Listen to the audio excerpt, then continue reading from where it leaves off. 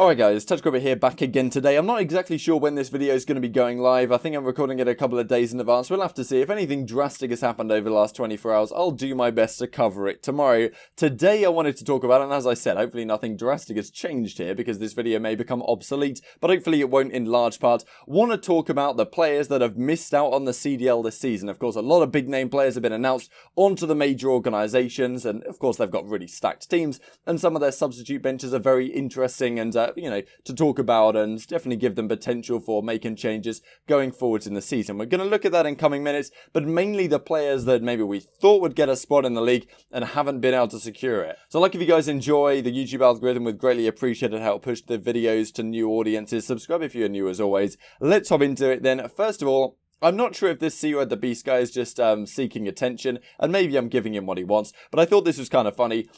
Truth about @CoD League. Pros cheat. They don't use controllers. They have the sponsors to hide every professional. They have the sponsors to hide every professional keyboards, and they play behind closed doors, and the CDL records the gameplay, and then they go on main stage and act like they're playing for an act. This is his opinion. I'm not sure whether he's just absolutely out of his mind, but he seems to believe it. He's talking to Storied here, a kind of well-known amateur guy. Pro's ever going to stop boarding? I can't tell you his classified information. And, because Intel Call of Duty and Fellow blocked him, pretty much confirmation that there's a massive conspiracy here behind the scenes. Seems like Searad's opinion of himself is that, as far as if you look at these other tweets, he reckons he's better than the pros, and therefore the pros are so good that they must be boarding in order to be better than him. And therefore it's all a massive conspiracy. Pretty good logic, and maybe he's just having us all on, but I thought it was pretty funny. So before we get into the players that are missed out on the league, wanted to talk about 2Ks real quick. So the December 21st 2K, hopefully I'll make this video live before December 21st, has been removed for now, but there'll be other 2Ks in the coming weeks due to the scheduling. So Jack Felling says here, really long, pretty long article here. So there was only 5 2Ks before Minnesota. Are these wrong or more than 5 now? There were 5 2Ks before the travel cut-off. There's going to be some more effectively. So currently 21st December, January 4th and January 11th. We'll look into the December 21st one as per community feedback, and it seems like that one's going to be gone. And then you're gonna get a new one in due to the whole Christmas shenanigans. And as Intel Call of Duty Crone says, the 2K this past weekend was meant to be the final one until after Minnesota. There's 3 more scheduled, which really is great to see. So here we go then. Let's hop into it. Naked says this: how many pros from the Black Ops 4 season aren't in a franchise team for Modern Warfare? This guy, owner, ex-player of Mindfreak, way back in the day. And some of the Mindfreak guys have managed to secure a spot. Of course, Dens, Shocks, Luca, I believe, as well, has managed to make it onto this Paris team, of course.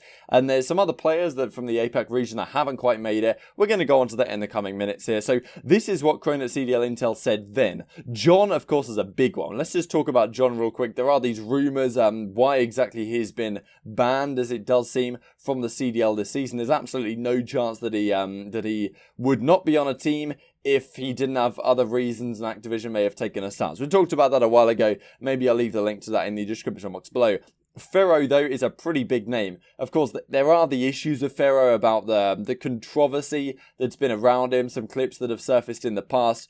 On the whole, I think he's a fantastic player, though. World War II, he was phenomenal. He was instrumental on that Team Caliber team. And I can understand from a PR, from a public relations perspective, that it might be difficult to get Pharaoh on your team. And he has landed on a pretty damn competent amateur squad with Parasite. And we'll have a look at that team in a second here. But definitely Pharaoh would have been a guy that I'd have been considering to pick up. Right, let's not forget the start of the Black Ops 4 season. 100 Thieves came into Call of Duty. The 2 players they picked up, Kenny and Pharaoh. They were the first 2. And I thought it was a fantastic pickup. It didn't prove to work out with Pharaoh in that game, but World War II probably plays kind of similar to Modern Warfare. I imagine Pharaoh's going to be a great player on this title. I would not be surprised at all if he is, and I think maybe it's an oversight to not pick him up. But again, from a public relations perspective, can you really blame a lot of these teams? Parasite's a big name, of course, to miss out. I have talked about this, the fact that he's not on a substitute position either.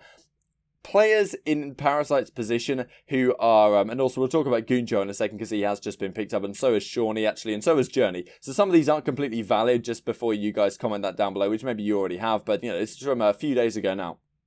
So the reason why Parasite probably hasn't been picked up is maybe he's not good enough to get on a starting roster, and for a substitute position it's very difficult to get a guy like Hagi in, because you're going to have to switch up how your entire roster plays. You can't just swap Hagi in for another individual and expect your team to just function exactly the same way and be a quick fix in that sense. Parasite's going to have his method for how he wants to make the team be organised. People are going to have to get used to how he wants to play the game, and that's maybe a difficult thing for a lot of players to get used to. So I can understand why Parasite has not been picked up.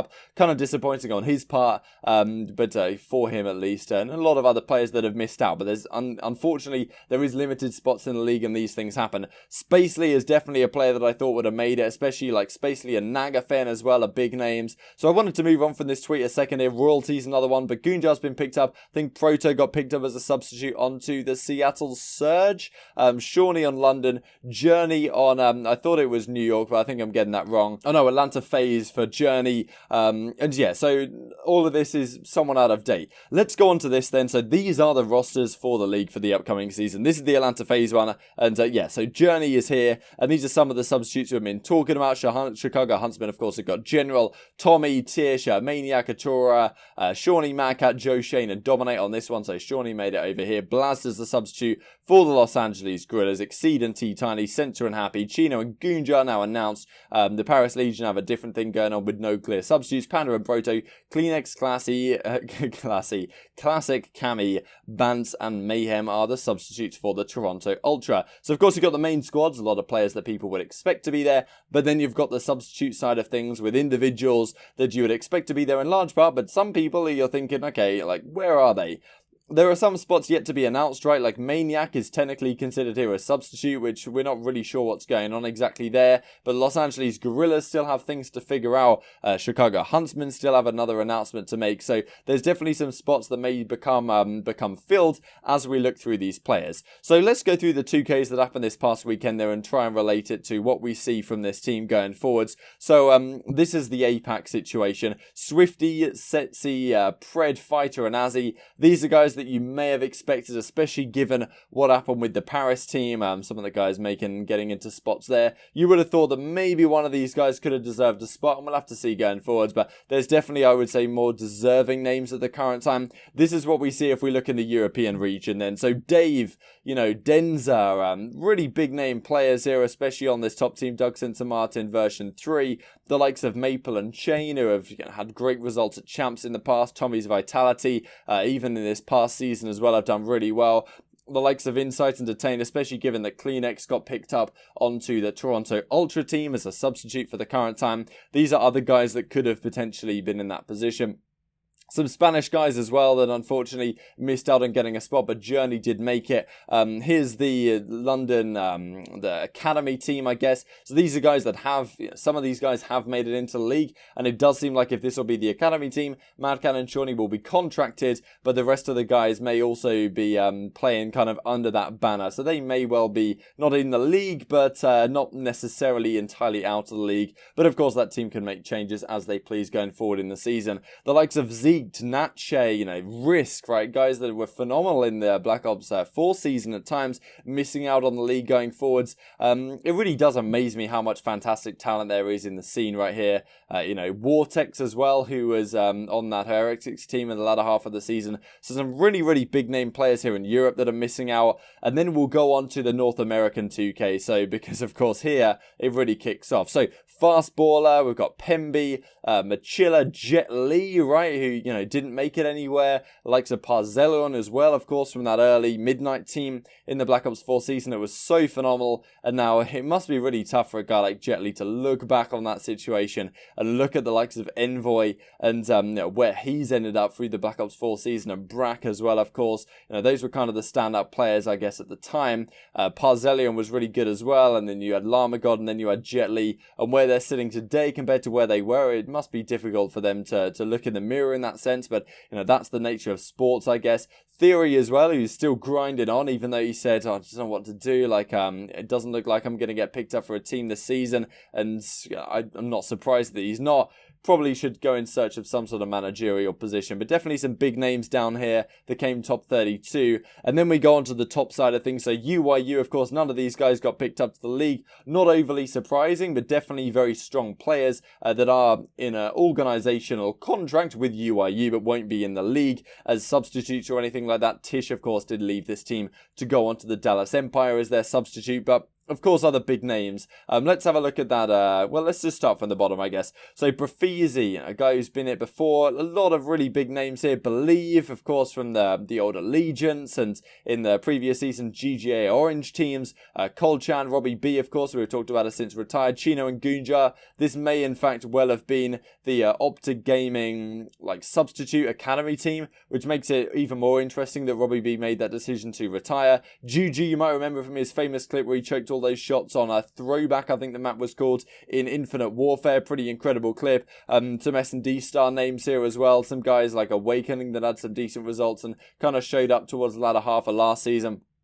Towards the end especially. Then the likes of Gravity, Beezy, Turn Up Too Easy, Zaptius as well, a big name that we thought was going to kind of be a breakout talent. He is, of course, on the Atlanta Academy though, so as I say, technically not in the league, but kind of on the verge. Especially, I believe Gravity and Turn Up are the two substitutes over on the Atlanta team, or at least connected in some way. And then this is Parasite team, of course. So Return of the Jedi, this is the Seattle Academy, as far as we understand. And then we have the Parasite team, so Spart, Prolute, Pharaoh, Spacely. I mean, Spacely is a guy that I haven't really talked about so far this video, and Nagafen as well, and Exotic as well, a name that didn't seem to play in this 2K, which has just come to mind. Exotic was such a good player last season, right, on that Evil Geniuses squad, and even before that, he was such a talent, and he has been for a number of seasons. I personally think Exotic is easily good enough to deserve a spot in the league. He hasn't got it this season. Nagafen as well, another big name to be missing out from that Gen G squad that did so much good stuff in the the whole of last season, made a lot of grand finals, and with Spacely on the team as well. They got rid of Spacely for a little bit, didn't really work out to their favor. They brought him back towards the end, and it seemed to, things turned around to some degree for Gen G. It was a very interesting course of the season that they had, and Spacely was a pretty damn good player for the whole of it, but again, maybe in a similar boat to Parasite, where he's a difficult guy to have as a substitute for the team, because if you bring him in, you've probably got to reorganize your whole structure, but he is a guy known for getting results, so very surprising for me that Spacely wasn't really considered. I guess there's only 12 teams in the league. If there were 16, I imagine he would have been chosen as kind of the foundational structure to make a good squad. He definitely, he's known for getting results. Might not be known for winning tournaments, but he'll get you, if you put him in a position for a season and get him good teammates around him, he'll definitely put up a performance.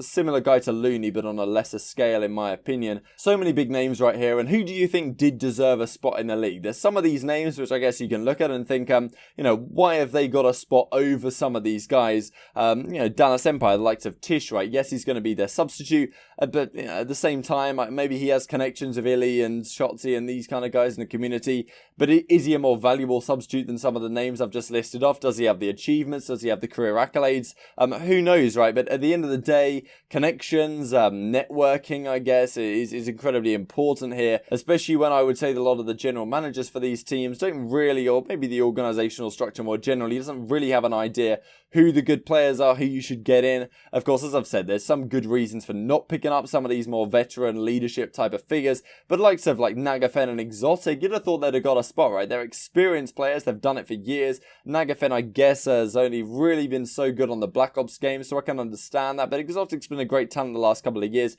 You'd have thought even as a substitute, he'd be at a, be in a good position, because let's not forget, on that Lightning Panthers team, of course, he did very well in World War II days as well, had some decent results in that game, and throughout his entire career, he's kind of used whatever gun he needs to use. He used the Sorg at times in Black Ops 4, he used the Maddox at times, whenever it was required of him, and therefore, I really rate him as a player, and I'm very surprised he hasn't got the opportunity. Maybe he will over coming days, but, who knows? Regardless, some big names are going to miss out here from individuals that aren't on academies and aren't on any starting rosters either. So leave your thoughts down below. I'd be really interested to hear them. Which guys do you think should have got picked up for the upcoming season? Which do you think didn't deserve it and will have to prove their worth once again? And, at the end of the season, who knows who's going to get picked up for the next season? The substitutes this season are going to have to very much prove their worth to compete against all of this talent that there's potentially missing out on as an organization if you're a Dallas Empire or something like that. So yeah, hope you guys enjoyed the video. Like if you did, subscribe if you're new. As always, I would greatly appreciate it. I'll see you very shortly. Thanks for watching as always.